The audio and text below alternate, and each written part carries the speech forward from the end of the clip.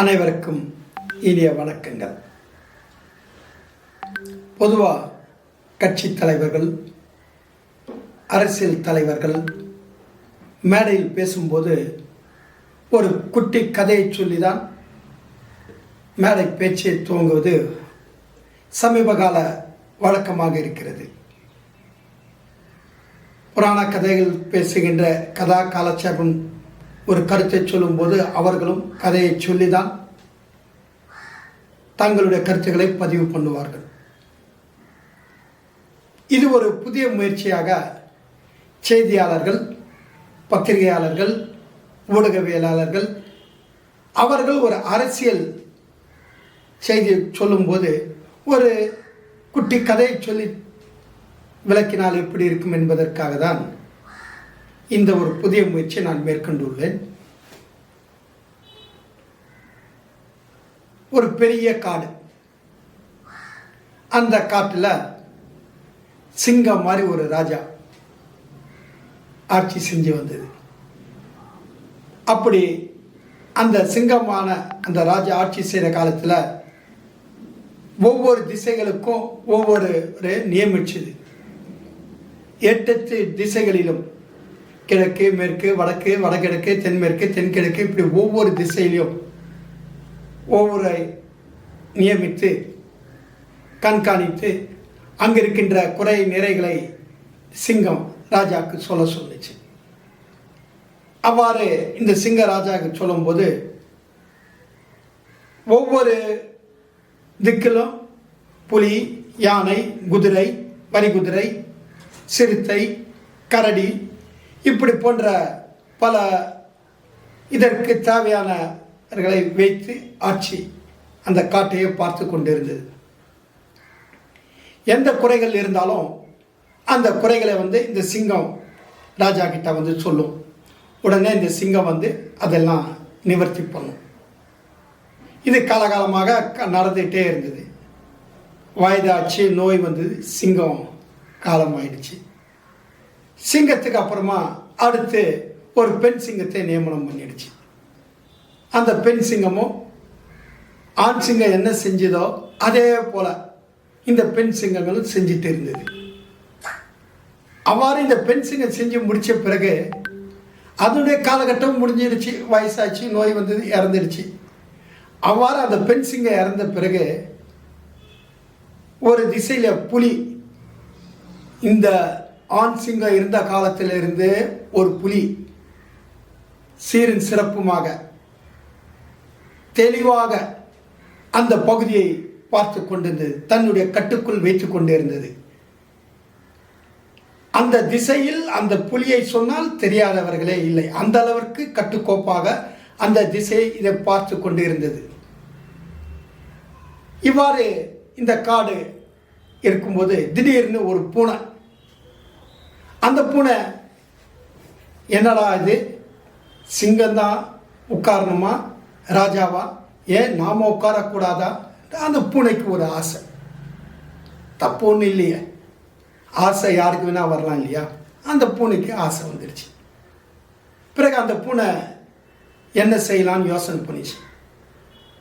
அப்போ புலியாக பலம் வந்த அந்த திசையில் இருக்கிற அந்த புலியை அணுகி, புலி, நீ எவ்வளவு காலமாக தான் இப்படியே இருப்ப, என் கூட வா, சிங்கம் மாதிரி உன்னை நான் உட்கார வைக்கிறேன், நான் உன்னை பார்த்துக்கிறேன் அப்படின்னு சொல்லி பூனை புலிக்கிட்ட கேட்க, புலி எனக்கு ஒரு 2 நாள் அவகாசம் கொடு, நான் நல்லா ஆலோசனை செஞ்சுட்டு பிறகு சொல்கிறேன்னு சொல்லிச்சான் அந்த புலி.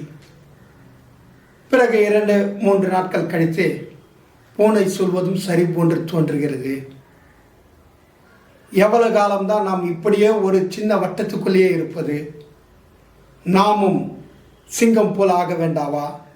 அப்படி பல எண்ணங்கள், ஒன்றல்ல இரண்டல்ல பல எண்ணங்கள் அந்த புலியின் மூளைக்கு வேலை செஞ்சு பிறகு அந்த புலி பூனை சொல்கிற மாதிரி, சரி சரி பூனை, நீ சொல்கிற மாதிரியே நான் கேட்குறேன், நீ எங்கே இருக்கிற சொல்லு, நான் உன்னை பார்க்குறேன், உன்னை முதல்ல சிங்கமாக்குறேன், அதுக்கப்புறமா நான் என்ன ஆகணுமோன்றது நான் பார்த்துக்கிறேன் அப்படின்னு புலி சொல்ல, சிங்கமும் ஒரு பக்கம் புலியும் பூனையும் ரெண்டை இணைஞ்சி ஆதிக்கம் செலுத்தலாம் முடிவு பண்ணிச்சு.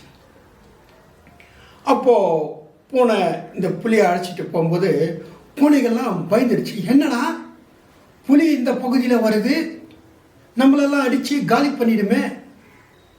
பூனை சொல்லிச்சா, பயப்படாதீங்க, இது பார்க்குறதுக்கு தான் புலி, ஆனால் இது உண்மையிலே பூனை, ஒன்றும் பண்ணாது, வாங்க நம்மளை வழி நடத்த போகிறத இந்த புலி போல் இருக்கிற பூனை தான், வருத்தப்படாதீங்க. உடனே புலியோ அங்கே போச்சு. பூனைகள் எல்லாம் கொண்டாட்டம். ஏன் கொண்டாட்டம்? பார்க்குறதுக்கு புலியாக இருக்கிற ஒரு பூனை நம்ம கூட வந்துடுச்சு இல்லையா, அது ஒரு மகிழ்ச்சி, தெம்பு. அப்படி இருக்கும்போது காலங்கள் அப்படியே மெதுவாக நகர நகர புலிக்கு என்னடா இது, காட்டு பகுதியில் நம்ம சிங்கத்துக்கிட்ட இருக்கும்போது நம்முடைய தீனியே வேற, அப்படி இருந்தோம். இப்போ பூனை கூட வந்து சேர்ந்ததுக்கு அப்புறமா எலி கூட மிஞ்ச மாட்டேங்குது. ஏன்னா பூனை வந்து எலி எதுனா வேட்டையாடும். ஸோ எலி கூட மிஞ்ச மாட்டேங்குது. தப்பு பண்ணிட்டோம் போல இருக்கு. என்ன பண்ணுறது? பூனையும் புலி, நீ கவலைப்படாத, நான் பார்த்துக்கிறேன், முதல்ல பூனை நான் சிங்கமானாதான் நீ அப்படின்னு சொல்ல, புலியால் பூனையாகவும் மாற முடியல. மறுபடியும் புலி பூனை இப்படி ரெண்டு பேருமே ஒருவரை ஒருவர் பார்த்துக்கிறாங்க. இப்போது நான் யாரை சொல்கிறேன், எந்த அரசியல் கட்சியை சொல்கிறேன்றது உங்களுக்கு நல்லா தெரிஞ்சிருக்கோ இல்லையா? உண்மையை சொல்லப்போனால் அதெல்லாம் ஒரு பக்கம் விடுங்க, இப்போ நேரடியாகவே கருத்துக்கு வரேன். மிகப்பெரிய அமைப்பில் இருந்த அவர்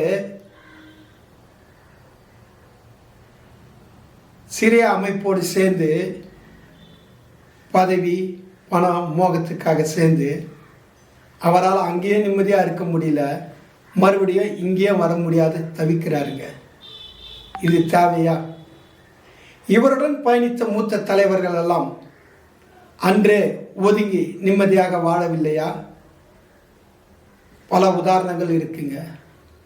அப்படி இருக்கும்போது இவருக்கு மாத்திரம் ஏங்க இப்படி ஒரு பாவம் வருந்தணும்?